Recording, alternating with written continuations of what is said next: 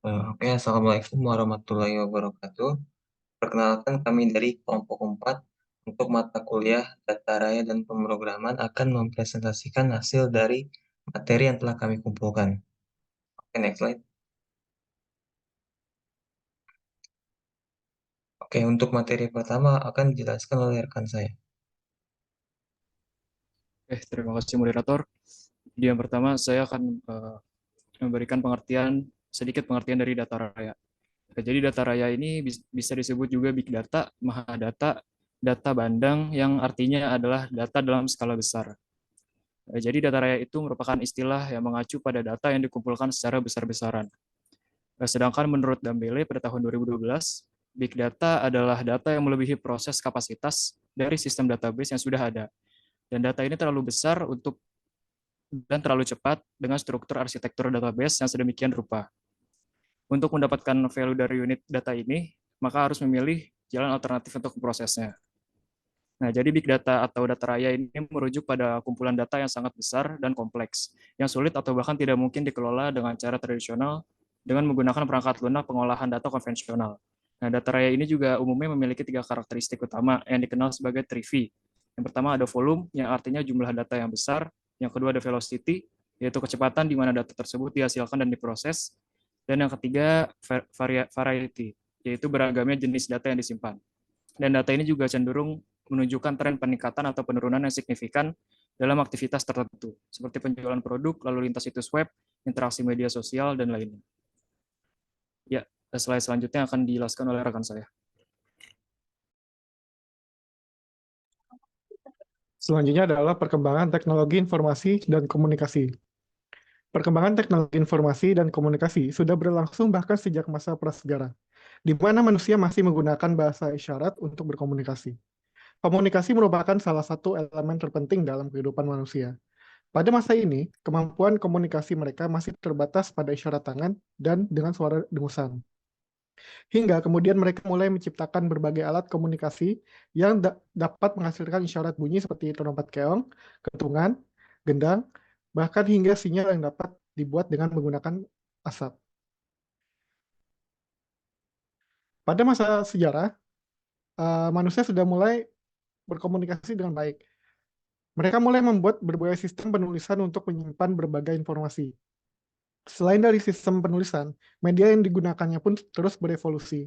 Dari yang semula menggunakan batu, kayu, hingga tulang hewan, kemudian berhasil ditemukan media tulis serat papirus pada tahun 500 sebelum Masehi, dan kertas yang dibuat dari serat bambu pada tahun 105 Masehi di Cina.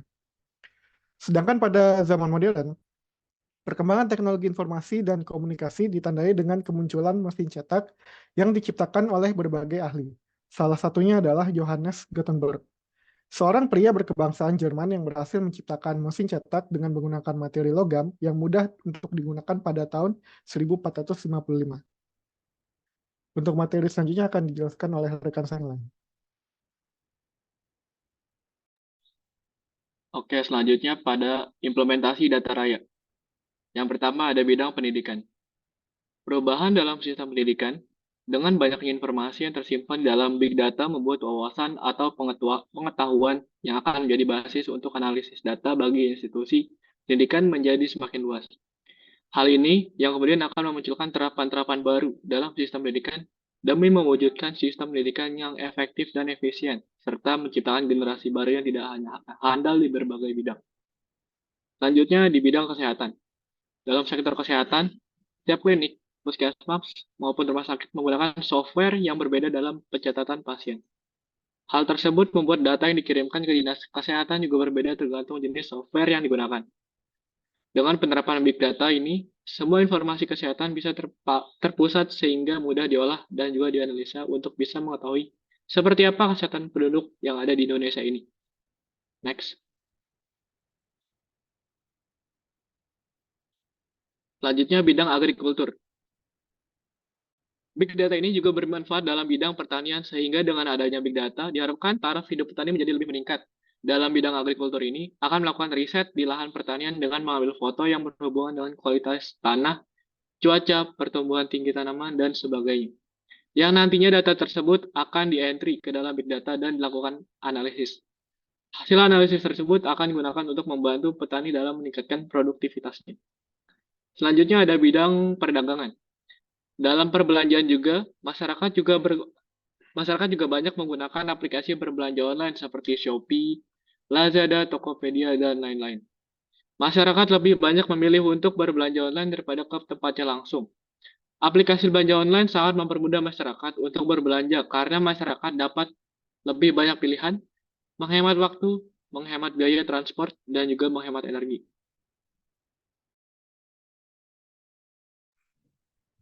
Baik, selanjutnya ada bidang bisnis, yaitu perusahaan-perusahaan yang bergerak dalam sektor bisnis memiliki orientasi utama pada pencapaian margin laba setinggi mungkin atau profit orient. Berbagai informasi penting dapat dihasilkan dari big data yang dapat mendukung proses pengambilan keputusan bagi pimpinan perusahaan. Selanjutnya bidang layanan publik. Perusahaan atau institusi yang berada pada sektor layanan publik lazimnya memiliki orientasi utama pada pencapaian kepuasan klien atau pelanggan. Research Big Data dapat memberikan andil dengan menyajikan berbagai informasi berharga seperti mendapatkan feedback dan respon masyarakat sebagai dasar penyusunan kebijakan dan perbaikan pelayanan publik. Membuat layanan terpadu dengan segmen khusus sehingga layanan bisa lebih efektif dan efisien. Selanjutnya akan dijelaskan oleh rekan kami. Adalah permasalahan penggunaan teknologi dalam bidang pendidikan. Permasalahannya itu penggunaan teknologi dalam konteks pembelajaran jarak jauh menghadapi sejumlah permasalahan yang kompleks yang dapat mempengaruhi hasil akademik dan pengembangan keterampilan mahasiswa. Salah satu hambatan utamanya adalah kesenjangan akses teknologi di mana sebagian mahasiswa mungkin tidak memiliki perangkat keras ataupun koneksi internet yang memadai. Hal ini dapat menciptakan disparitas dalam kemampuan mahasiswa untuk terlibat secara penuh dalam proses pembelajaran online. Selain itu, terdapat tantangan dalam menciptakan interaksi dan keterlibatan yang serupa dengan pembelajaran tatap muka, mengingat pembelajaran jarak jauh cenderung kurang mendukung interaksi sosial secara langsung yang dapat berakibat tidak maksimal nilai mereka. Next.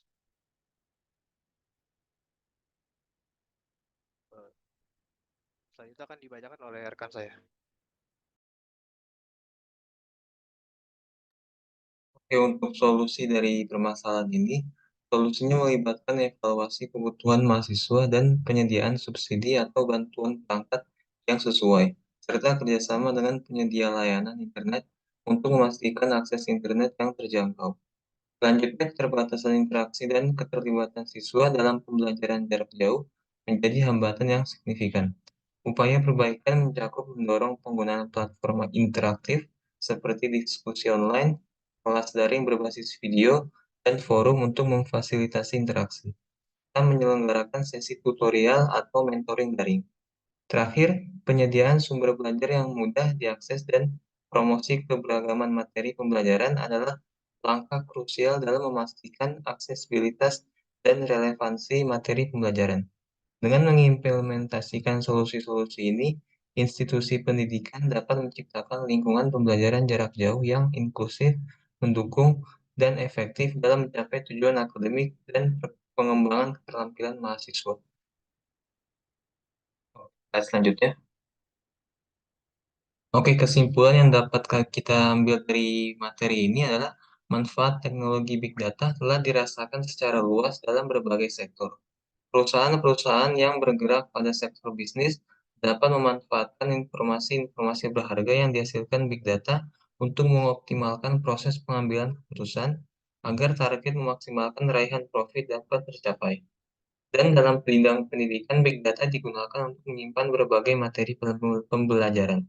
Sedangkan institusi yang bergerak di bidang layanan publik dapat menggunakan output informasi dari Big Data untuk memaksimalkan tingkat kepuasan layanan kepada klien dan pelanggannya. Oke, sekian saja presentasi dari kelompok 4 kami. Kurang lebihnya mohon maaf. Wassalamualaikum warahmatullahi wabarakatuh.